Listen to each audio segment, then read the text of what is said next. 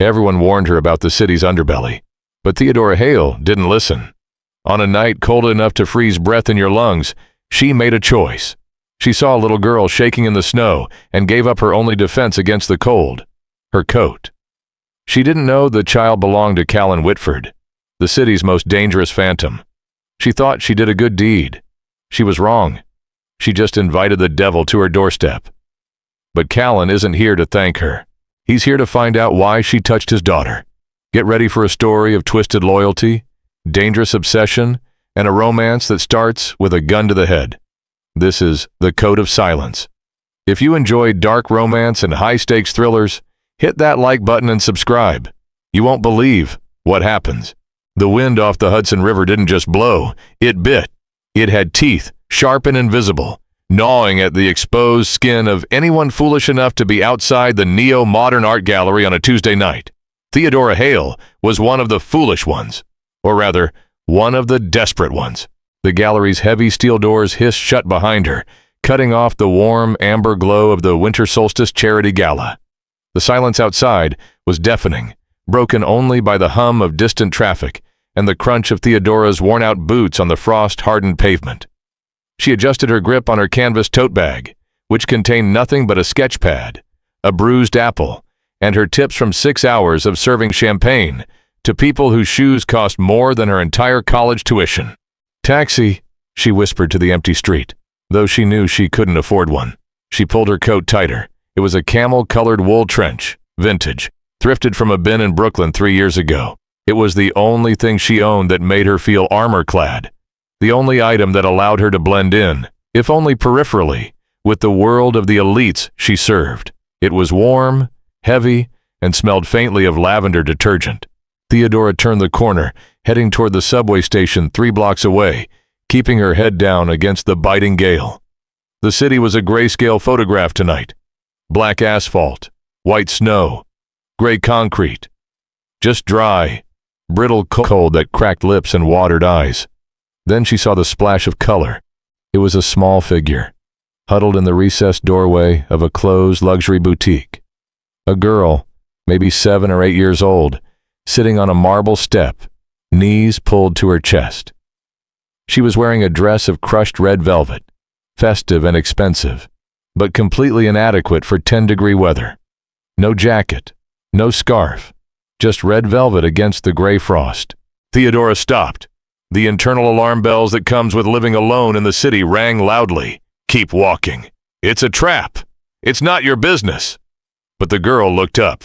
Her eyes were wide, dark pools of terror, and her lips were a terrifying shade of blue. She wasn't crying. She was shaking too violently to cry. The tremors racked her small frame so hard that her teeth clattered audibly in the silence. Theodora didn't think. The instinct that overrode her survival mechanism was instantaneous. She closed the distance in 4 strides, dropping her tote bag onto the icy sidewalk. "Hey!" Theodora said, her voice cracking from the cold. She knelt, putting herself at eye level with the child. "Where are your parents?" The girl didn't speak. She stared at Theodora as if she were a hallucination, her small hands clutching her bare arms. She was freezing to death. Literally. The glazed look in her eyes was the first stage of hypothermia. "Okay, you can't talk. That's fine," Theodora murmured, her hands moving fast. She stood up and unbuttoned her camel coat. The wind immediately assaulted her, cutting through her thin white catering blouse like a knife. Theodora gasped, the air stealing the heat from her chest instantly, but she stripped the coat off. "Arms up! Come on, sweetheart! Arms up!" She draped the heavy wool over the girl. It was massive on the child, swallowing her whole like a blanket. Theodora buttoned the top button, cinching the warmth in. The scent of lavender enveloped the girl. "Is that better?" Theodora asked, her own teeth beginning to chatter. The girl nodded slowly, burying her nose into the collar. She reached out, a small, frozen hand grabbing Theodora's wrist. "Did Daddy?" the girl whispered. "He told me to wait." "Where?" Theodora scanned the street. It was desolate. "Wait, where? The C-car, the black car, it went away?" Theodora's stomach turned. A kidnapping gone wrong? An abandonment? She looked at the girl, the expensive dress, the diamond studs in her ears. This wasn't abandonment. This was something worse. "We need to go inside." Theodora said, shivering violently now. Her skin was turning mottled and pale. We need to go back to the gallery security. The girl's eyes widened in panic. She shook her head frantically. No! Daddy said, trust no one. If I get lost, trust no one. The men in the suits, they hurt the driver. Theodora froze. The men in suits hurt the driver. This wasn't a lost child. This was a war zone casualty. Suddenly, the distinct roar of an engine tore through the silence. Not a taxi.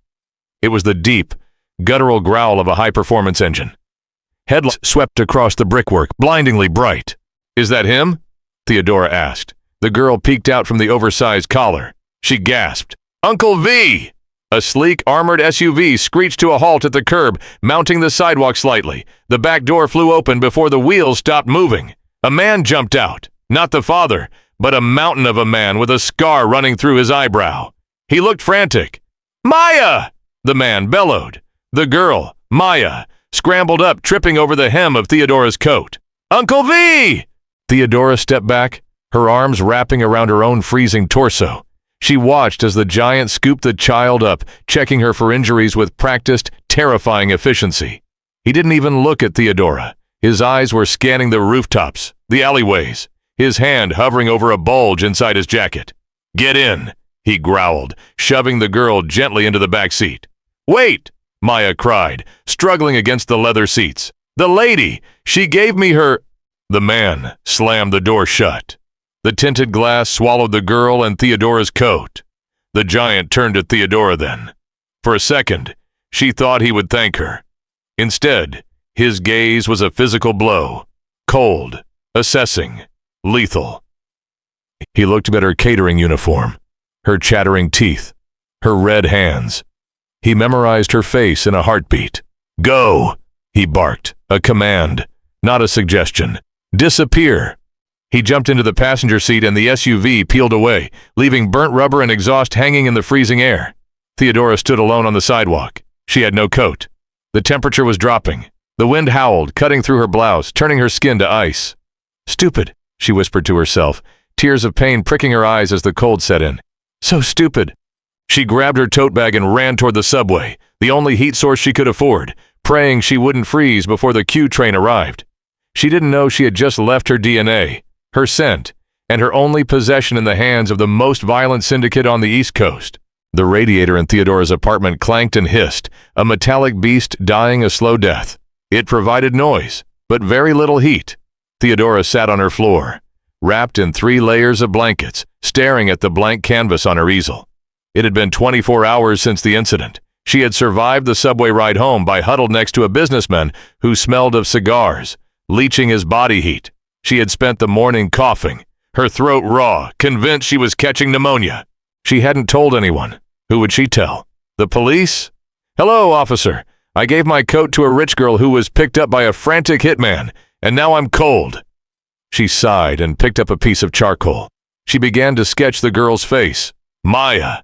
The terror in those eyes haunted her. And the man, Uncle V, the way he looked at the rooftops, as if death were raining down from above. A sharp, heavy knock on her door shattered the silence.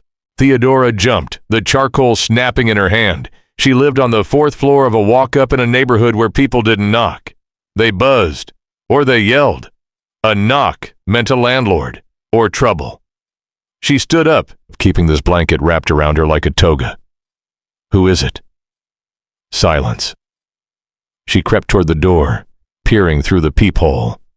All she saw was darkness. The hallway bulb had been smashed. Again. I'm not opening it unless you say who you are, she called out, feigning a bravery she didn't feel. She looked around for a weapon, settling on a heavy ceramic mug half filled with cold tea.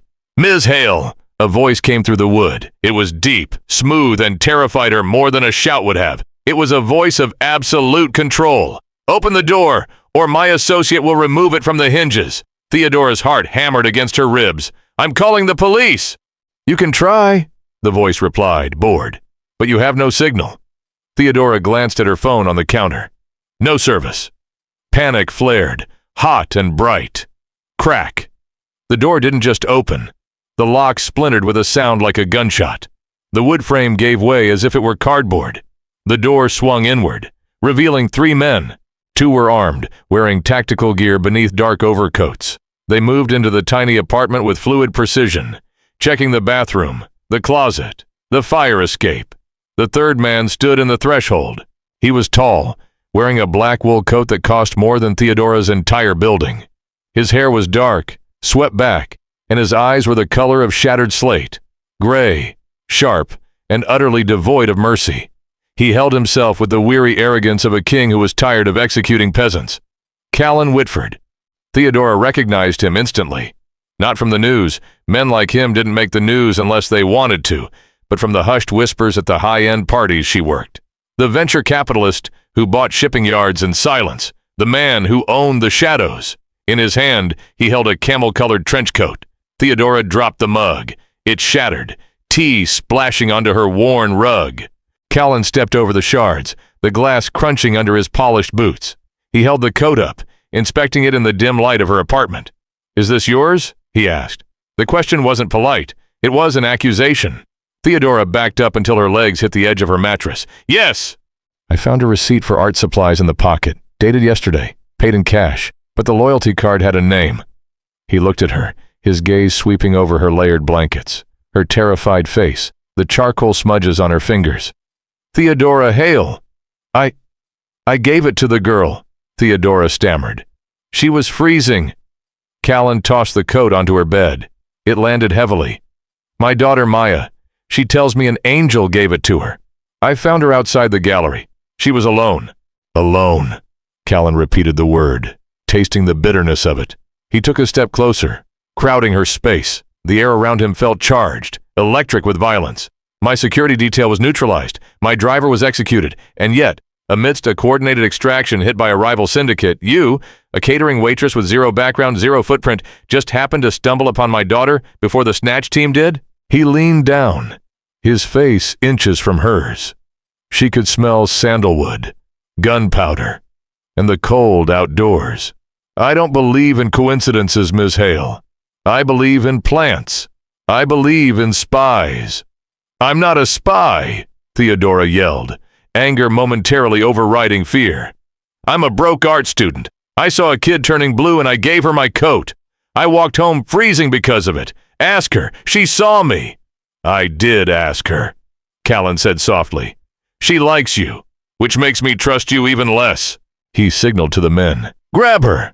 Theodora tried to run, aiming for the fire escape window, but she was tangled in her blankets. One of the tactical guards caught her arm, twisting it behind her back with efficient cruelty. She cried out in pain. "Let me go! You can't just—" "I can do whatever I want," Callan said, turning his back on her to look at the sketch on her easel. He stared at the charcoal drawing of Maya's terrified face. He paused, his finger tracing the line of the girl's jaw on the paper. For a second, his shoulders slumped. The mask of the monster slipped, revealing a father who had almost lost his world. But the mask was back in place before he turned around. "Pack her bag," Callan ordered. "Art supplies, clothes, she's coming with us." "Where?" Theodora gasped, struggling against the guard's grip. "Where are you taking me?" Callan buttoned his coat, walking to the broken door. He stopped and looked back at her. "To the only place where I can keep an eye on you until I figure out who paid you to find my daughter. If you're innocent, Theodora, you'll be bored. If you're lying—" His eyes dropped to the shattered mug on the floor. "You'll break." The drive took 40 minutes. Theodora spent it blindfolded in the back of the SUV, sandwiched between two silent guards. She didn't cry. She focused on her breathing, counting the turns, trying to map the city in her mind, but the twists became disorienting. When the blindfold came off, she wasn't in a dungeon. She was in the sky.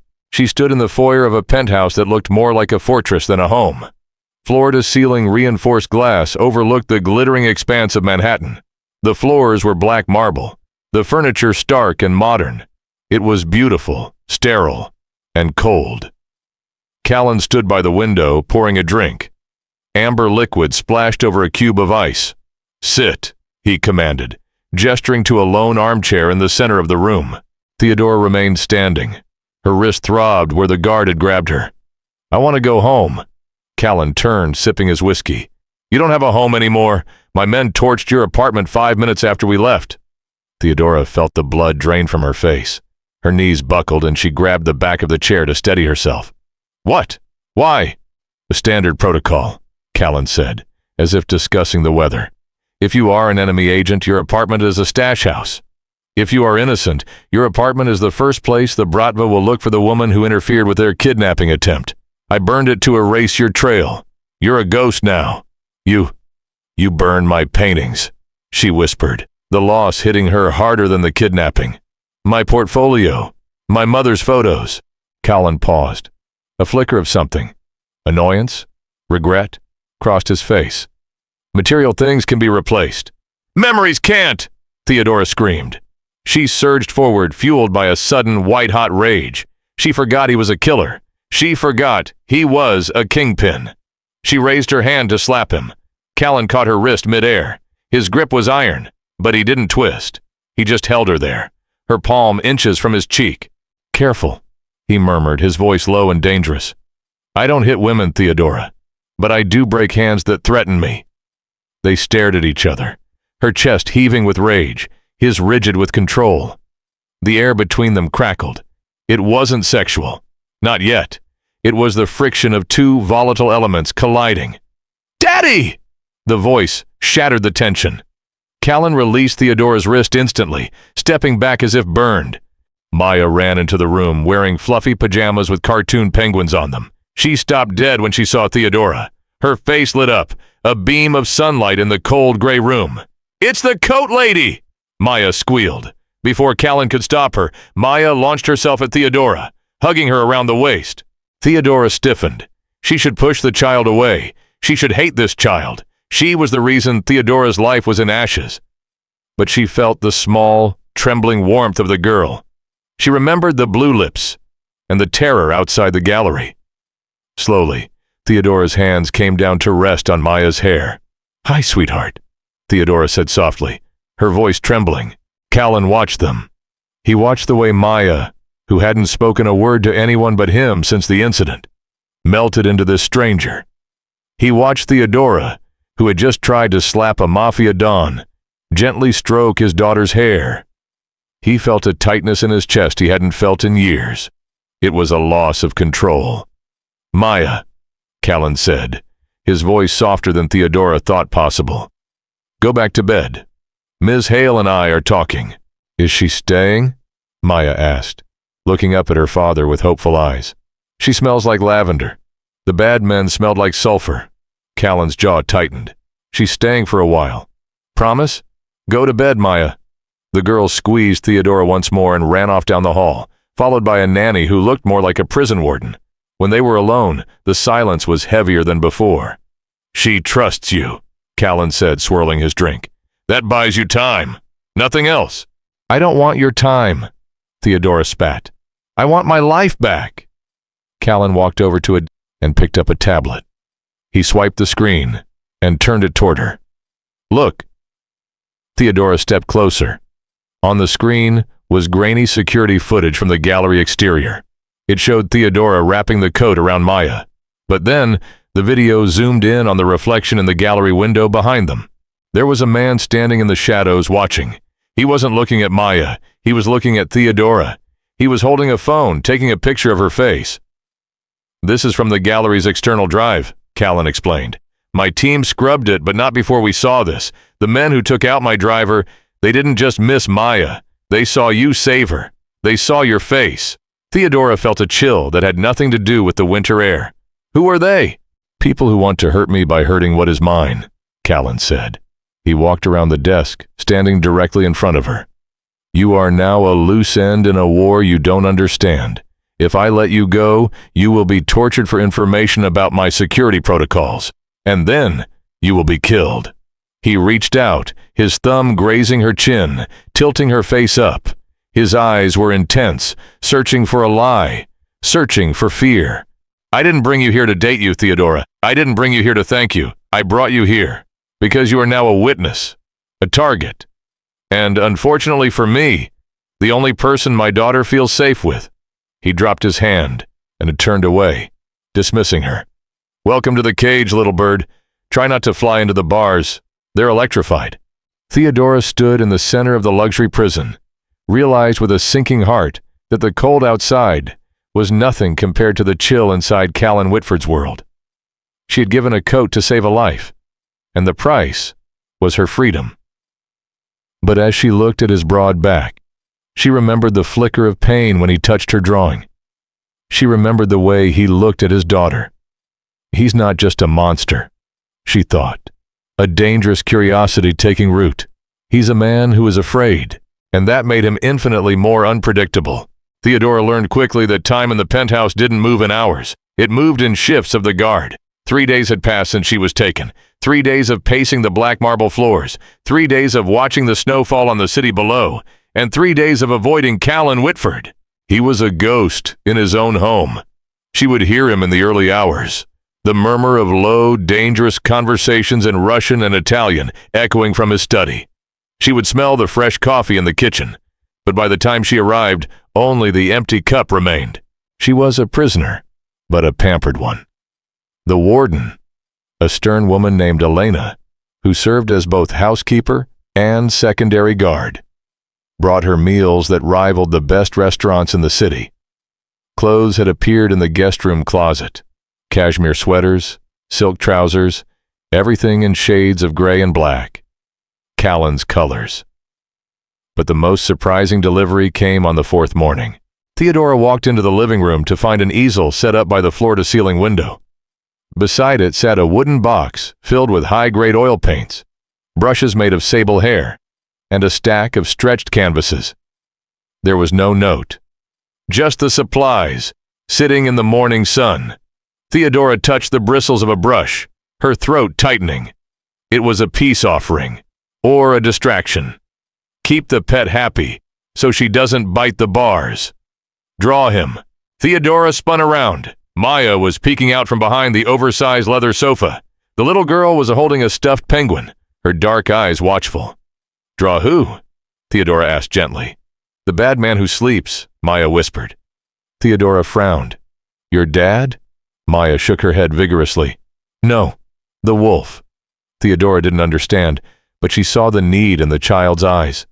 Maya was bored, scared, and looking for connection. Theodora sat at the easel, mixing a dark blue on the palette.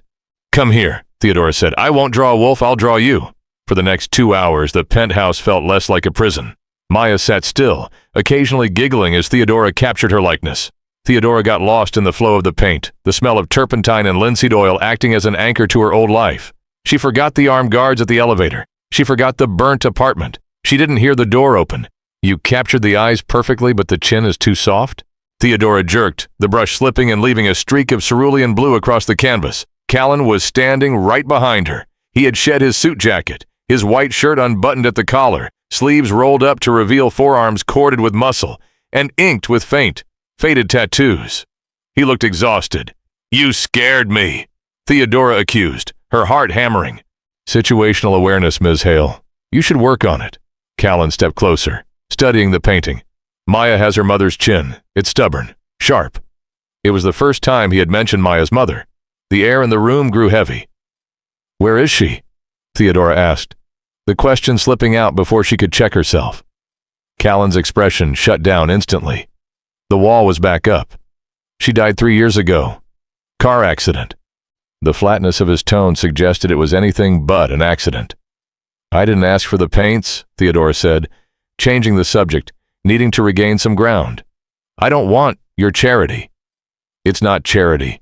It's strategy, Callan said, walking over to the wet bar. An idle mind is dangerous. I need you calm. Hysteria is noisy. I am not hysterical. I am kidnapped. You are in protective custody. Callan poured a glass of water, his back to her. My intelligence network has picked up chatter. The men who tried to take Maya, they have a description of you. The girl in the white blouse. They are offering $50,000 for a name. Theodora felt the blood drain from her face. 50,000? It's an insult, really, Callan said dryly, turning to face her. I'd have priced you higher. He took a sip of water, his gray eyes locking onto hers. They know you interfered. They think you're an operative working for me. If they find you, they won't ask questions. They will peel you apart to get to my secrets. I don't know your secrets. That won't stop them. Callan set the glass down. The playful banter about the painting was gone. He looked like a predator again. Tonight, I have to leave the penthouse.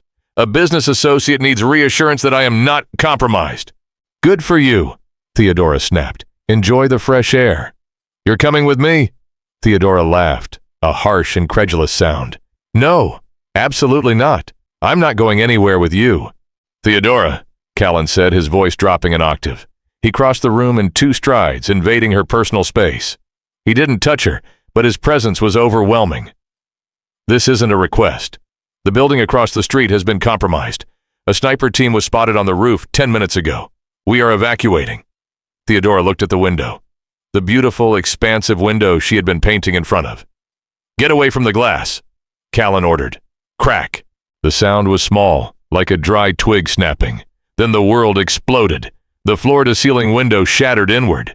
A spiderweb of cracks bloomed in the reinforced glass before the center pane gave way, raining shards onto the marble floor.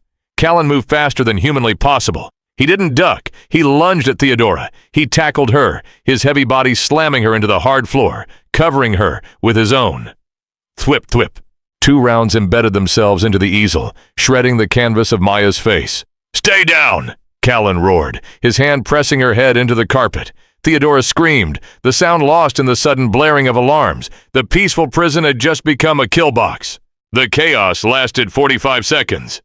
Callan's security team swarmed the room, shields up, returning fire through the broken window. Uncle V, the giant from the gallery, burst in, scooping a screaming Maya from behind the sofa and rushing her toward the panic room.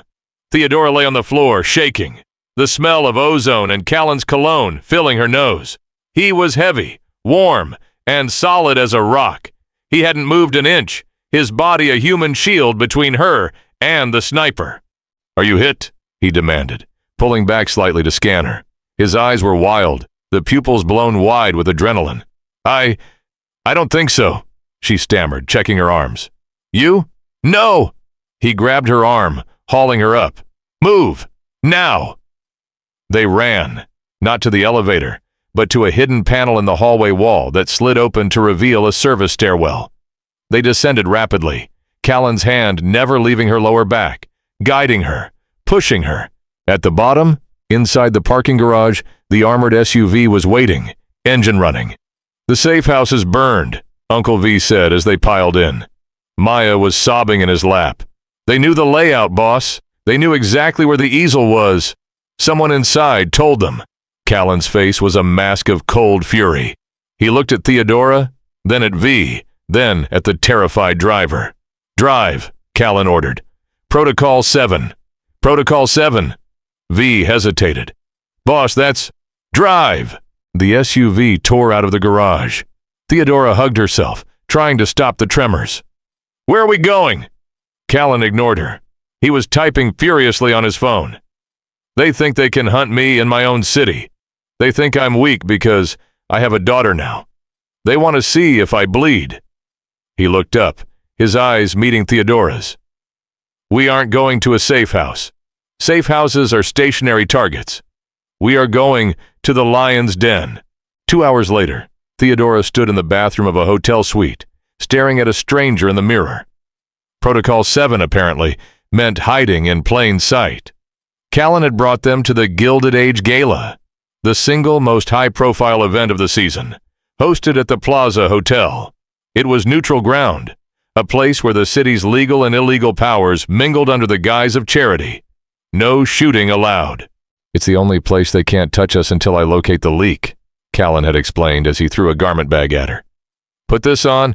Tonight, you aren't a hostage. You're my fiancé. Your fiancé, Theodora had choked. It explains why you're with me. It explains the nerves, and it keeps people from asking why a waitress is wearing a $10,000 gown. Now, Theodora smoothed the silk of the midnight blue dress. It was backless, clinging to her curves like a second skin, with a slit that went up to her thigh. It was stunning. It was armor. She stepped out into the suite's living room. Maya was there, watching cartoons on a tablet, guarded by V and 2 other men. She looked up and gasped. Princess, Maya whispered.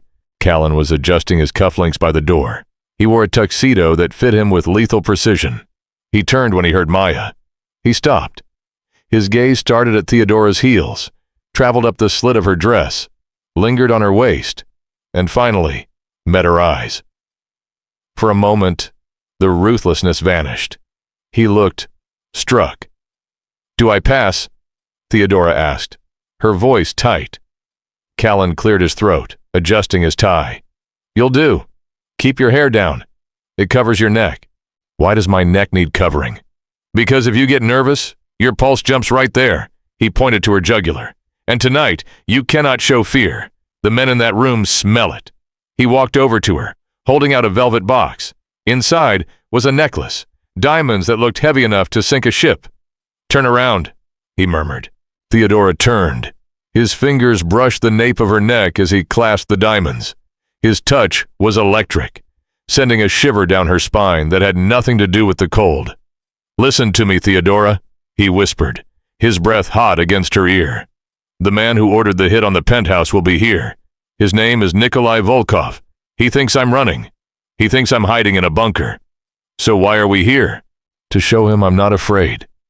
Callan's hands rested on her bare shoulders for a second, his grip firm. "Stay glued to my side. If I squeeze your hand, you smile. If I let go, you run." "Run where?" "Anywhere but toward me." He stepped back, offering his arm. "Ready, darling?"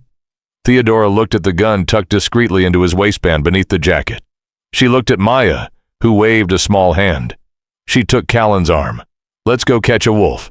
The ballroom was a sea of diamonds, champagne, and fake smiles. A string quartet played Mozart, trying to drown out the undercurrent of power plays happening at every table. Theodora walked beside Callan, her hand gripping his forearm so tight her knuckles were white. Every time a camera flashed, she flinched. "Breathe," Callan murmured, smiling at a passing senator. "You're doing fine. Just look at me." "Everyone is staring," she hissed through her teeth. "They're staring because you're beautiful, and because no one knows who you are. Mystery is a currency here." They moved through the crowd.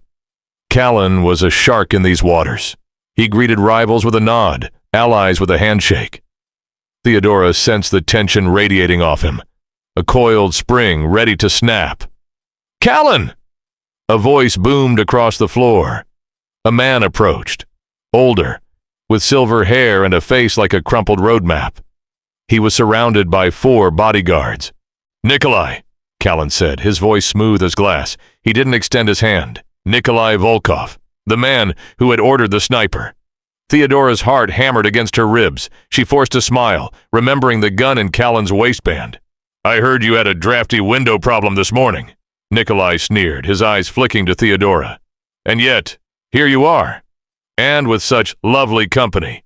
Nikolai reached for Theodora's hand. She wanted to recoil, but Callan's arm tightened against hers. A signal. "Hold fast."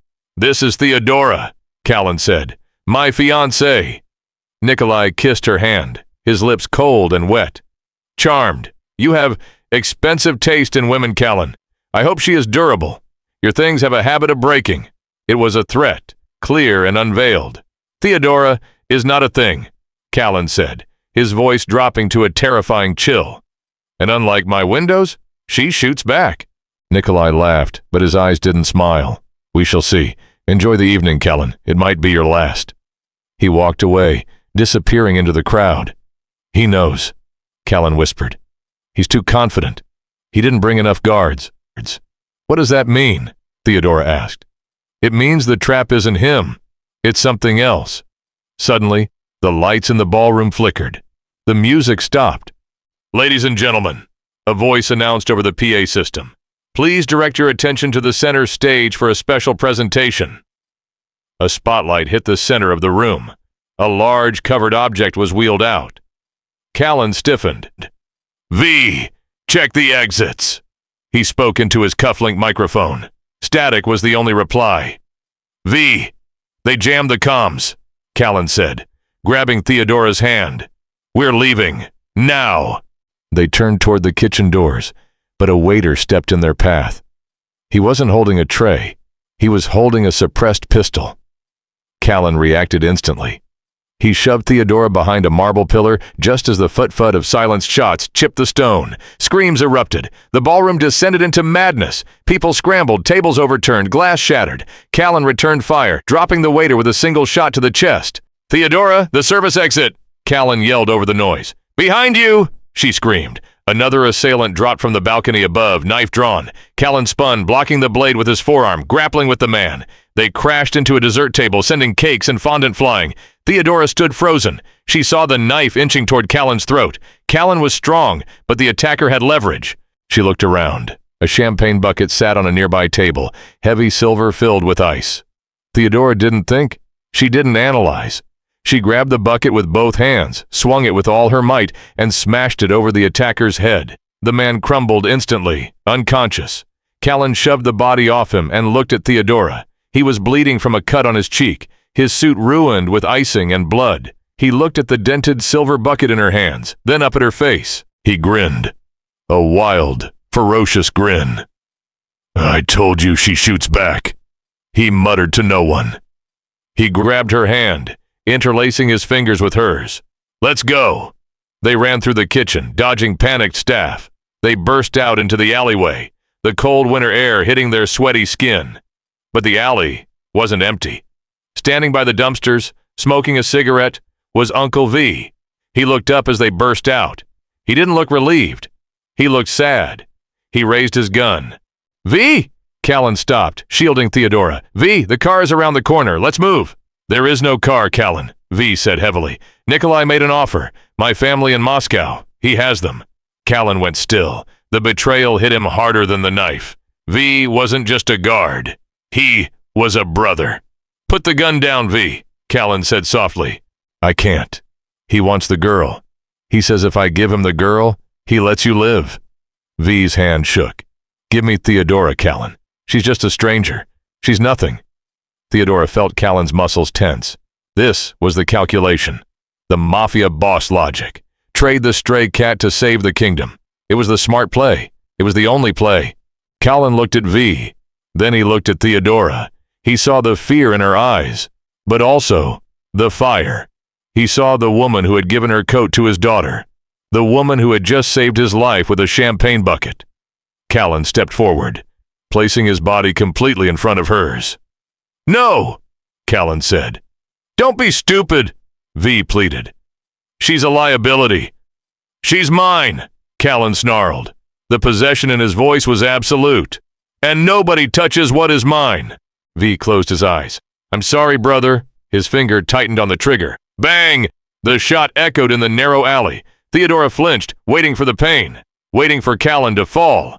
But it was V who fell. He crumpled to the dirty snow, a dark hole in the center of his forehead. Behind him, in the shadows of the fire escape, a figure emerged, holding a smoking rifle. It was Elena, the housekeeper. "I never liked him," Elena said, spitting on the ground near V's body. She looked at Callan. "Car is 2 blocks down. I brought the sedan. Less conspicuous." Callan stared at V's body for a long moment. His face was unreadable, carved from granite. Then, he turned to Theodora. He didn't say a word. He pulled her into his arms, burying his face in her neck, holding her so tight it hurt. He was shaking. Not from fear, but from the aftershocks of the betrayal. Theodora hesitated, then wrapped her arms around his ruined tuxedo. They stood there in the garbage-strewn alley, surrounded by death, holding on to each other as the sirens wailed in the distance. The cage had been broken open, but Theodora realized with a jolt that she no longer wanted to run. She was in the middle of the storm now, and the safest place was right here, in the arms of the wolf. The sedan, a rusted nondescript Toyota that smelled of stale cigarettes, rattled over the potholes of the industrial district. Elena drove with the stoic precision of a machine. In the back seat, Maya slept, her head resting on a bundled-up tactical vest. Callan sat in the passenger seat, staring out the window at the passing factories. He hadn't spoken since the alley. He hadn't spoken since he watched his brother-in-arms die by his housekeeper's hand. Theodora sat in the back with Maya, her hand resting on the child's back, but her eyes fixed on Callan. The silence in the car was suffocating. It wasn't empty. It was heavy, with grief and unspent rage. "We are here," Elena announced, killing the engine. They weren't at a house. They were at the gates of a derelict ironworks factory on the edge of the East River. Ideally, a place for ghosts. "This is it?" Theodora whispered. "My father bought this place 40 years ago," Callan said, his voice rough like gravel. "It's off the books. No digital footprint. No heat signatures for the satellites to pick up because the furnaces still run on automated cycles." They moved inside. The interior was a cavern of rusted steel and shadows, but in the center, an office had been converted into a living space. It was Spartan. Cots, a medical station, a weapons rack. Callan collapsed onto one of the cots, his adrenaline finally crashing. He hissed as he pulled off his ruined tuxedo jacket. The cut on his cheek was deep, and his ribs were likely bruised from the tackle. "Let me help," Theodora said, grabbing the first aid kit from the wall.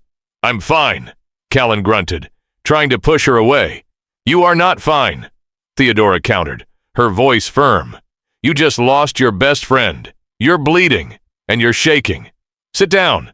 Callan looked at her, surprised by the steel in her tone. He sat. As she cleaned the cut on his cheek with antiseptic, she felt the tension radiating off him. He was a tightly wound spring, vibrating with the need for violence. He was going to kill you," Theodora said softly, her fingers lingering near his jaw. "He was protecting his family," Callan said, staring at the concrete floor. "Nikolai knows how to break men. He finds the one thing you love and he squeezes until you turn into a monster." He looked up at her then, his gray eyes bleak. "That's why I have to send you away, Theodora. Tonight. Elena will take you and Maya to a boat. You'll go to Canada." Theodora paused, the cotton swab hovering in the air. "And you?" "I'm going to finish this. Alone." "You mean you're going to die?" she corrected him. "Nikolai has an army. You have a housekeeper." "Elena is former KGB," Callan muttered. "But yes, the odds are not good." "Then I'm not going." Callan grabbed her wrist. "This isn't a debate. You are a civilian. You paint pictures. You don't fight wars." "I hit a man with a champagne bucket," Theodora reminded him, pulling her wrist free. "And I saved your daughter when your trained professionals failed. Maybe you need a civilian. Maybe you need someone Nikolai can't predict." Callan stood up, towering over her. "Why do you care? I kidnapped you. I ruined your life." "Because you gave me paints," she shouted back, stepping into his space. "Because you protected me in that ballroom. Because I don't want to live in a world where men like Nikolai win." The air between them shifted. The anger melted into something hotter, more desperate. Callan looked at her, really looked at her, stripping away the hostage label, the liability label. He saw a woman who stood in the ashes of her life and refused to burn. "You are dangerous, Theodora Hale," he whispered. He leaned in, his hand cupping the back of her neck. The kiss wasn't gentle. It was desperate, tasting of blood and whiskey and survival. It was a claim. Theodora kissed him back with equal force, her hands tangling in his hair, anchoring him to the earth when he felt like he was falling. When they broke apart, breathless, Callan rested his forehead against hers. "If you stay," he murmured, "there is no going back. If we survive tomorrow, you are part of this life. Forever." Theodora looked at Maya, sleeping peacefully on the cot across the room. She looked at the man who would burn the world to keep them warm. "I never liked my old life anyway," she whispered. "It was too cold." The next morning, the strategy meeting was held over instant coffee, and a map of the city spread out on a rusted workbench. "Nikolai is at the shipyard," Elena reported, cleaning a sniper rifle with the same casual air she used to dust furniture. "He thinks you are running. He is preparing to ship his assets out of the country." "He thinks he won," Callan said, tracing the coastline on the map. "He expects me to hide, to lick my wounds." "So we attack him there?" Theodora asked. She was wearing one of Callan's spare tactical shirts, which hung off her frame like a dress. "No," Callan said. "A frontal assault is suicide. He has 50 men.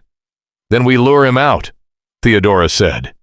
She picked up a charcoal stick from the table, old habits dying hard, and drew a circle on the map.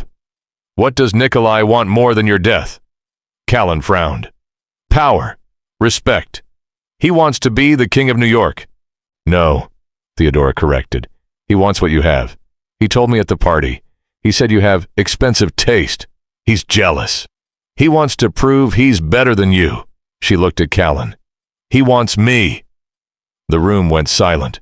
Elena stopped cleaning her rifle. Callan's face darkened. "Absolutely not," Callan growled. "Think about it," Theodora pressed. "He thinks I'm your fiancé. He thinks I'm the weak link. If I offer to trade myself, my life for Maya's safety, he will take the bait. He'll come personally to collect the trophy." "I will not use you as bait. You're not using me. I'm volunteering." Theodora placed her hand on top of his on the map. "We need to separate him from his army. We need to get him alone." Callan stared at her hand, then at her face. He saw the resolve there. She wasn't asking for permission. She was offering a partnership. "Where?" Callan asked, his voice tight. "The Neo-Modern Art Gallery," Theodora said. "Where it all started. It's closed for repairs after the snowstorm. It's a glass box. Nowhere to hide. He'll feel safe there." Callan closed his eyes, calculating the variables. It was insane. It was risky. It was brilliant. "Elena," Callan said, opening his eyes, "can you get to the ventilation shafts on the roof?" "I can be in the ceiling in 10 minutes, Elena confirmed. "And V's old contacts? They are loyal to the highest bidder. If Nikolai dies, they will stand down." Callan turned to Theodora. He reached into his pocket and pulled out a small, sleek object, a tracking beacon. "You wear this," he said. "And you wear the coat." "The coat?" "The camel trench coat," Callan said, a small, grim smile touching his lips. "Elena brought it from the apartment before we torched it." "It's in the trunk." Theodora blinked. "Why the coat?" "Because," Callan said, leaning in to kiss her forehead, "it's where you hide the knife." The call was made. The deal was struck. At midnight, Theodora stood in the center of the Neo-Modern Art Gallery. The moonlight filtered through the glass ceiling, illuminating the empty white walls. She wore her old camel coat, buttoned to the chin. She looked small, vulnerable, and terrified. She was terrified. But she was also ready. The front doors hissed open. Nikolai Volkov walked in. He wore a white fur coat that looked ridiculous, flanked by only 2 guards. He was arrogant. He believed Callan was broken, fleeing to Canada, leaving his woman behind to bargain for the child. "Missa Hale!" Nikolai purred, his voice echoing in the empty space. "I must say, I admire your pragmatism, trading the wolf for your own survival." "I just want out," Theodora said, her voice trembling perfectly. "I want Maya to be safe, and I want to leave." "And Callan?" "Callan is a dead man walking," she said. "I don't want to be near the blast radius." Nikolai laughed, clapping his hands. "Smart girl, come here." He beckoned her. Theodora took a step forward. Her hands were deep in the pockets of the coat. "Check her!" Nikolai ordered the guards. The 2 men stepped forward. Theodora held her breath. This was the moment, the tipping point. As the first guard reached for her, a red laser dot appeared on the center of his chest. Thwip! The guard dropped without a sound. Nikolai spun around, looking up at the glass ceiling. "Sniper!" The second guard raised his weapon, but Theodora was faster. She didn't have a knife in her pocket. She had a flashbang grenade Callan had taught her to use 3 hours ago. She pulled the pin inside her pocket, dropped the grenade at the guard's feet, and dove behind the reception desk. Bang! A blinding white light filled the gallery. The guard screamed, blinded and deafened. When the light faded, Nikolai was stumbling, rubbing his eyes, his pistol waving wildly. "Callan!" Nikolai screamed. "Show yourself, coward!" "I'm right here." The voice came from the shadows behind the main exhibit. Callan stepped out. He wasn't wearing tactical gear. He was wearing his ruined tuxedo trousers and a white shirt, sleeves rolled up. He held a pistol at his side, casual, relaxed. "You brought a grenade to a negotiation?" Nikolai spat, blinking tears from his eyes. "My fiancé has a flair for the dramatic," Callan said, walking closer. Nikolai raised his gun, aiming at Callan. "I will kill you, and then I will take her." "You can try," Callan said, "but you should know. You're standing on the art." Nikolai looked down. He was standing on a large metal grate set into the floor, a modern art installation meant to represent urban decay. Callan pressed a button on a remote in his hand. The grate gave way. Nikolai fell with a shriek, plummeting 10 feet into the basement storage area. The thud was sickening. Callan walked to the edge of the pit. Nikolai was groaning. His leg twisted at an odd angle, his gun lost in the fall. "It's over, Nikolai," Callan called down. "Elena has the files on your offshore accounts. By morning, the IRS and the FBI will have everything. You're penniless." Callan turned to Theodora, who was standing up from behind the desk, brushing dust off her coat. "Did I do okay?" she asked, her heart racing. Callan walked over to her, holstering his gun.